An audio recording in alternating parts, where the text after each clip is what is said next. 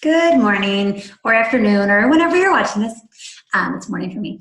So welcome to week 3. I have not gotten to read your post from week 2 yet, but I will get to that today, tomorrow, and Friday throughout the day. We have a lot of different evaluations and observations and stuff going on this week. So it's a little crazy, which I'm sure you understand, but I will get to them, I promise. And so let's go ahead and dig into week 3. All right, so first, of course, you have your celebrations and prayers, shares, and cares document. Please don't hesitate to put anything on there. We definitely want to be able to think about you and pray for you and continue to support each other.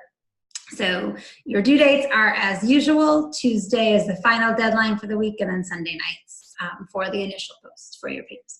So you'll see that I will update there. Dr. Porter will update his video there. Your readings this week, you have 2 chapters in Fitzpatrick for the program evaluation. I will tell you, my honest opinion is these 2 chapters will probably be some of the most important chapters that you will read.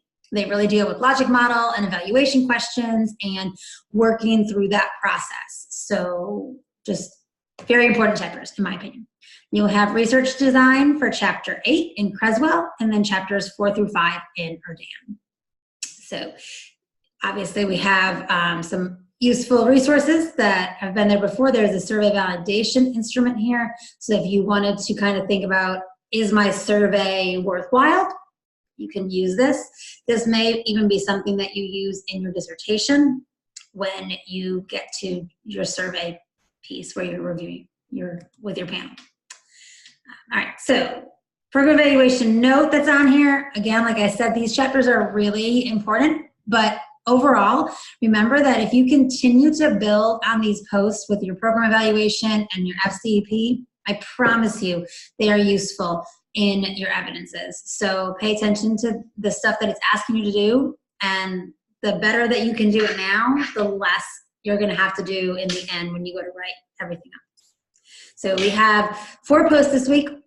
The first one here is on chapter 12. There are some very specific guiding questions that you have been asked with chapter 12 to really think about the stakeholders and the audience that you will be sharing your information with. So just really take care on those questions and make sure you think about each one of them, because that is super important when you are doing your program evaluations. Who is going to hear this information? Who's going to care about the information?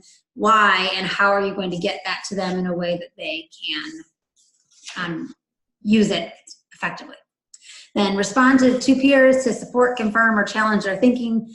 Really, I challenge you to help each other through this process. So as you see something that somebody may be saying that seems a little off, try to help redirect them. Or if they seem to have a question, maybe you can be the one that can answer it for them. Or if they say something that strikes an idea on you, share your idea, because that may be something that could be helpful to them. Then you'll have chapter 13. There are some extensive questions to answer here to really think about chapter 13. So what I have done is I have said you do not need to respond to your peers for this post. So in your post, though, make sure that you are making complete responses that include citations. And since there is no peer response required, the post is not due until Tuesday night. So this can be one that you get to after you get your other ones done. Hopefully that'll help a little bit alleviate some of the stress that I know the end of the year brings.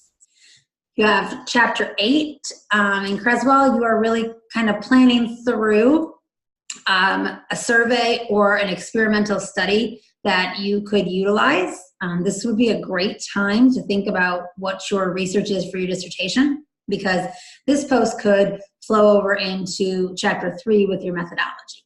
And then you will respond to this time 1 colleague. So I changed this one to just 1. We do need to make sure that we have the response in place for this post, because we want you to continue to learn from each other. But I made it 1 for you based on some feedback that you all have provided as well.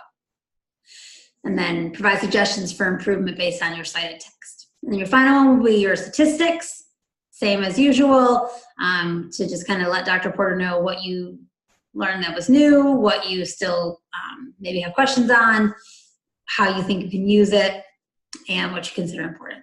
Then you'll respond to 2 peers there to extend, confirm, support, or disagree with their response. So not difficult week per se. There is enough to do, but remember that your program evaluation piece and your research chapter 8 are going to be useful in the future. So keep that in mind.